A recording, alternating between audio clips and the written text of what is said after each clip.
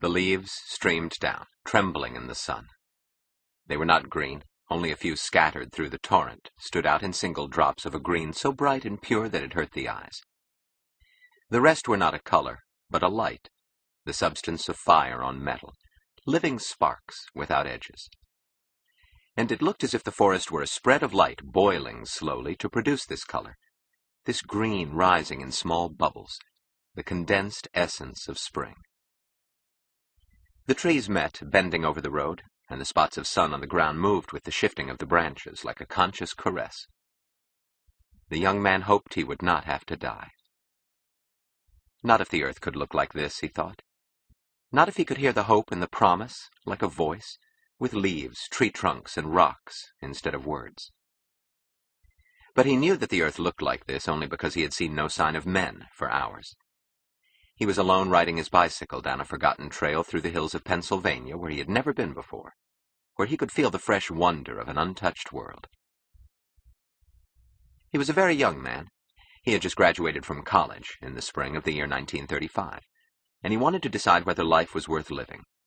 He did not know that this was the question in his mind. He did not think of dying.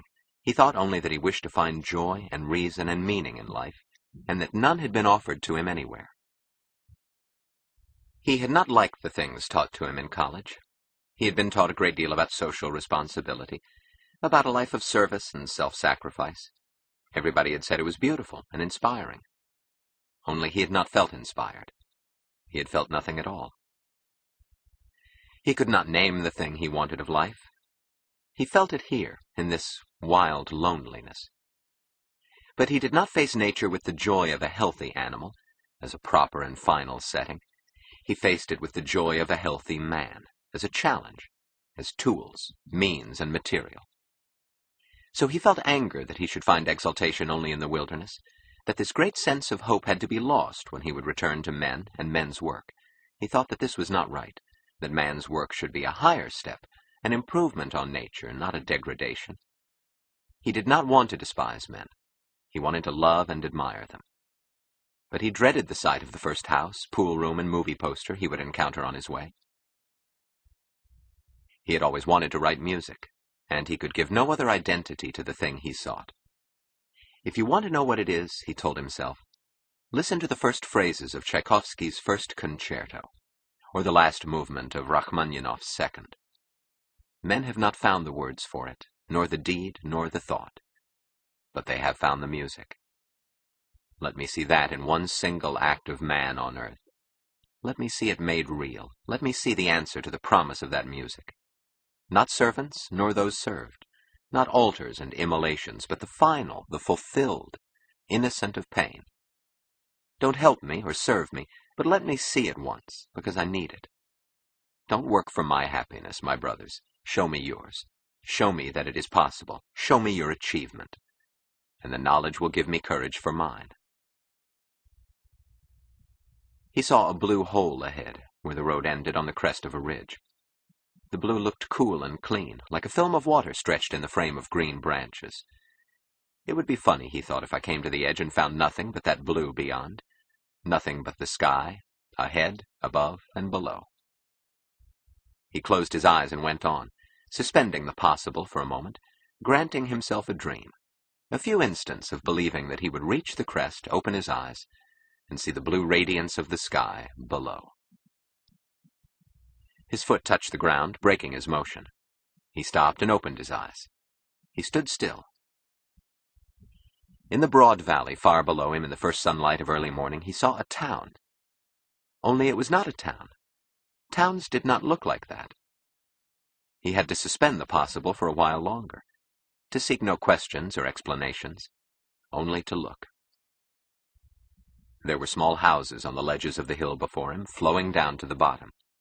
He knew that the ledges had not been touched, that no artifice had altered the unplanned beauty of the graded steps. Yet some power had known how to build on these ledges in such a way that the houses became inevitable, and one could no longer imagine the hills as beautiful without them, as if the centuries and the series of chances that produced these ledges in the struggle of great blind forces had waited for their final expression, had been only a road to a goal.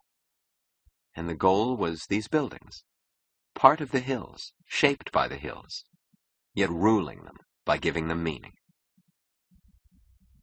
The houses were of plain field stone, like the rocks jutting from the green hillsides, and of glass, great sheets of glass, used as if the sun were invited to complete the structures, sunlight becoming part of the masonry.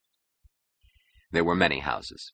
They were small, they were cut off from one another, and no two of them were alike. But they were like variations on a single theme, like a symphony played by an inexhaustible imagination, and one could still hear the laughter of the force that had been let loose on them, as if that force had run unrestrained, challenging itself to be spent, but had never reached its end. Music, he thought. The promise of the music he had invoked. The sense of it made real. There it was before his eyes.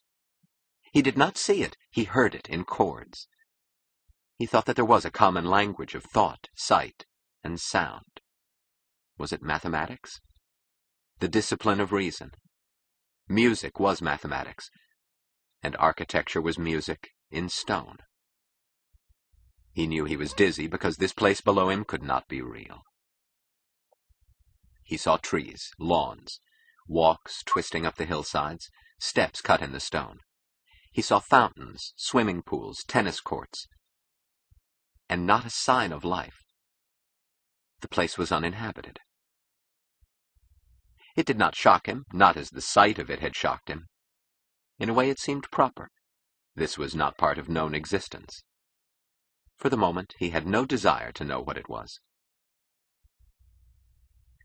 After a long time he glanced about him, and then he saw that he was not alone. Some steps away from him a man sat on a boulder looking down at the valley. The man seemed absorbed in the sight, and had not heard his approach. The man was tall and gaunt, and had orange hair. He walked straight to the man, who turned his eyes to him. The eyes were gray and calm. The boy knew suddenly that they felt the same thing, and he could speak as he would not speak to a stranger anywhere else. "That isn't real, is it?" the boy asked, pointing down. "Why, yes, it is, now," the man answered. "It's not a movie set or a trick of some kind?" "No. It's a summer resort.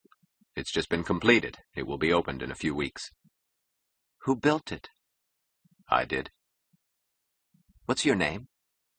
"Howard Rourke." "Thank you," said the boy. He knew that the steady eyes looking at him understood everything those two words had to cover. Howard Rourke inclined his head in acknowledgement. Wheeling his bicycle by his side, the boy took the narrow path down the slope of the hill to the valley and the houses below. Rourke looked after him. He had never seen the boy before, and he would never see him again. He did not know that he had given someone the courage to face a lifetime.